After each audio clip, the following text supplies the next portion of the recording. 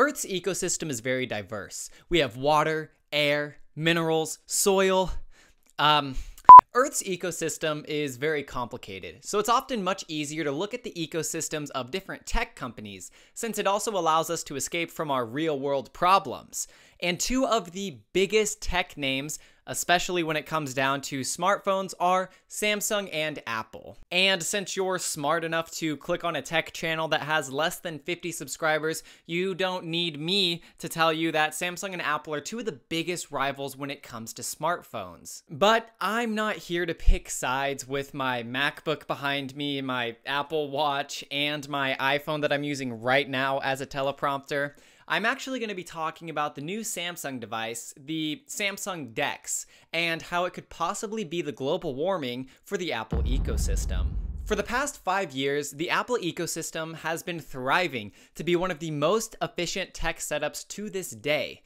I pair my phone to my watch and to my MacBook daily to receive texts, emails, and calls on any device that I'm currently using at that exact moment, and I can transfer files seamlessly over iCloud. I've grown quite fond of my setup because there's no other setup that is quite like the one that I have. Sure, it's outrageously expensive, but it gets the job done. The Samsung ecosystem seems to be playing catch up with Apple, but they're also going in a completely different direction.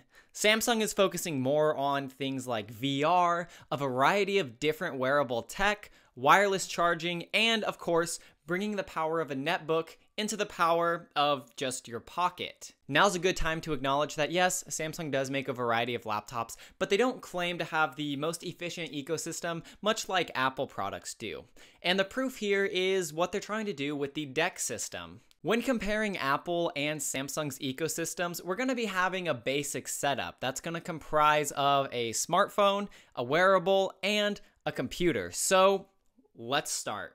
Looking at the Apple ecosystem first, let's start with the basic iPhone 7. It's going to run you $750 for the baseline 128GB model. The watch that we're going to be using is the Apple Watch Sport model, the 42mm, because we want that extra battery. That's going to run us $300. And finally, the computer. We're going to be doing the MacBook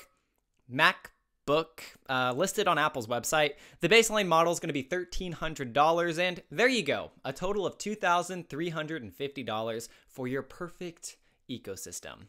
Moving on to Samsung, the baseline model for the Galaxy S8 without a contract is $725. Looking at the watches, we're going to be going with the Samsung Gear S3 Frontier, which is the coolest watch they have. That's going to be $350 for that watch.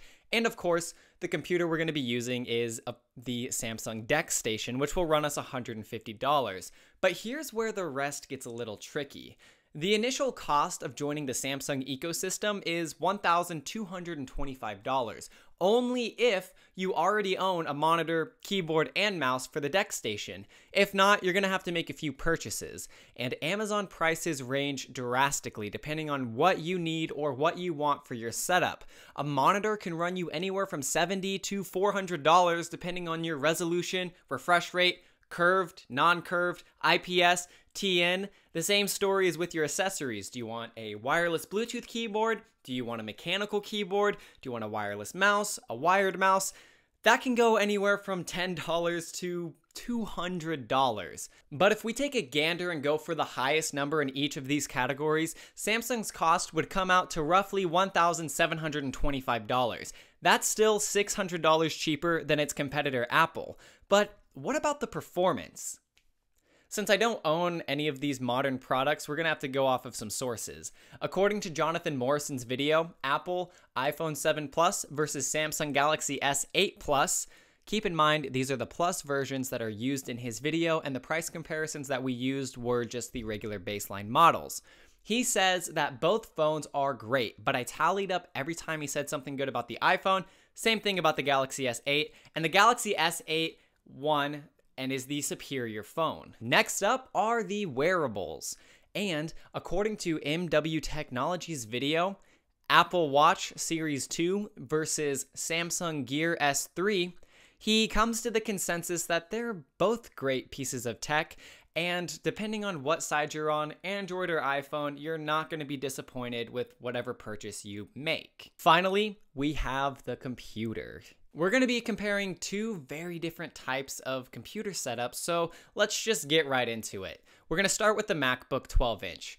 Marques Brownlee says in his review that it's a perfect tablet replacement, meaning that yes, it's expensive, but it's only going to do your basic tasks like web browsing and documents. And he goes on to talk about that it's great for basic needs and regular tasks, not too demanding. That being said, Jonathan Morrison has gone on record saying that he has edited 4K footage with the 12-inch MacBook, so don't underestimate the power of this MacBook.